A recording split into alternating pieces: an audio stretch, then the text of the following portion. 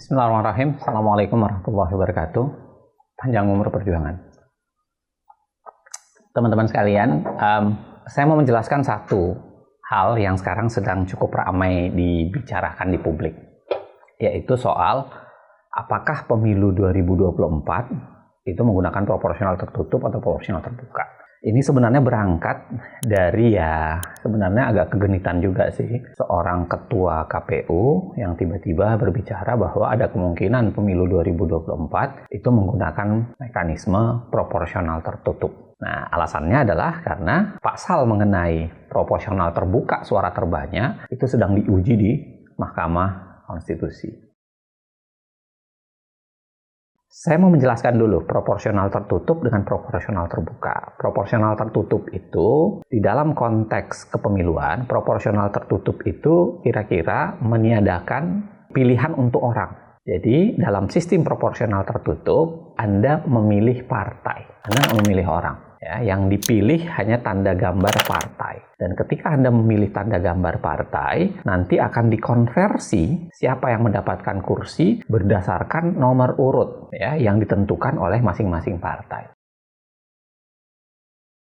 Sedangkan sekarang yang sedang dipakai di Indonesia itu adalah proporsional terbuka suara terbanyak. Dalam sistem proporsional terbuka, selain partai dicantumkan, nama orang juga dicantumkan. Jadi Anda boleh memilih partai, Anda boleh memilih orang. Tak kala Anda memilih orang, maka suara dimasukkan ke jumlah partai dulu, baru kemudian partai mana yang mendapatkan kursi itu dikonversi kepada siapa di dalam partai itu yang memegang suara terbanyak.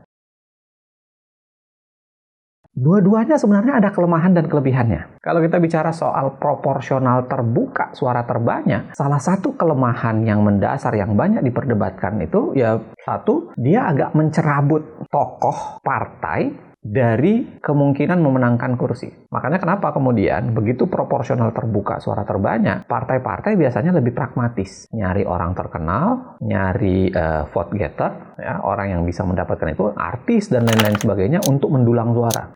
Dan biasanya mereka kemudian dikasih keterpilihan di situ. Saya kira dalam hal itu kita bisa mengkritisi bahwa partai-partai kemudian pragmatis karena nyaris tidak ada lagi orang partai yang memang ngelotok di kepalanya menguasai betul soal doktrin kepartaiannya itu yang bisa melaju sampai Senayan. Di Senayan itu bukan lagi orang-orang yang memang berasal dari ranting, naik ke cabang, naik ke wilayah, sampai kemudian DPP. Jadi orang pengurus partai pusat dan kemudian tampil di Senayan. Enggak, rasanya jarang sekali. Kebanyakan itu adalah orang yang dibajak, orang terkenal dibajak langsung masuk, kemudian menjadi calon jadi. Nah, ada juga yang mengatakan bahwa dengan pemilu proporsional terbuka suara terbanyak itu membuat pertarungan menjadi berganda. Orang bertarung antar partai, juga bertarung antar caleg internal partai. Dan itu mendorong katanya penggunaan uang sebanyak-banyaknya. Dan itu yang membuat money politics kemudian menjadi naik dan jumlahnya menjadi ngeri. Proporsional tertutup juga ada kelemahan mendasarnya. Bahayanya proporsional tertutup tidak berarti menghilangkan uang. Karena gejala yang terjadi, orang akan membeli calon jadi, membeli nomor jadi maksud saya. Karena kalau dibikin menjadi yang terpilih itu adalah berdasarkan nomor urut, maka orang akan memilih nomor-nomor awal, nomor jadi itu suaranya harganya akan ada. Dan praktik pembelian itu akan terjadi. Belum lagi ketertutupan partai. Kenapa? Karena partailah yang menentukan siapa menjadi calon anggota legislatifnya, menjadi calon anggota DPR-nya. Sedangkan pemilih itu hanya kayak beli kucing dalam karung. Hanya beli partai, orangnya kemudian ditentukan oleh partai. Bukan publik yang menentukan siapa orangnya. Itu yang saya bilang tadi. Dua-duanya punya kelemahan, dua-duanya juga punya, kalau ditafsirkan secara terbaliknya, dua-duanya juga punya kelebihan. Saya kira mau memilih proporsional terbuka suara terbanyak atau proporsional tertutup, terpaksa kita harus lihat beberapa faktor. Satu faktor, baik proporsional tertutup dan proporsional terbuka suara terbanyak dalam pemilihan legislatif, itu membutuhkan penegakan hukum yang baik. Dua-duanya membutuhkan penegakan hukum yang baik. Artinya apa? Partai harus dilarang untuk jual-jualan perahu. Kalau memang mau proporsional tertutup, partai harus diketatkan. Termasuk peran publik itu bisa nggak dibuka untuk kemudian menentukan siapa caleg bagi partai di internal partai, khususnya simpatisan partai tertentu. Jadi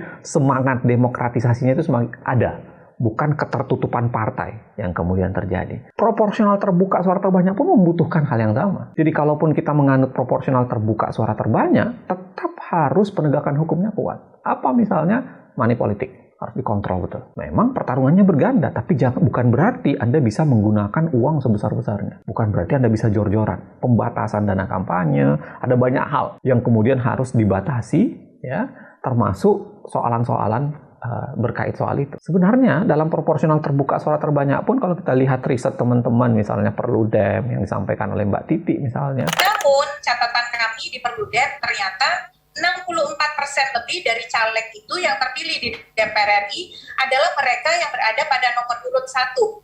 Sehingga meskipun proporsional terbuka, ternyata nomor urut itu tetap penting.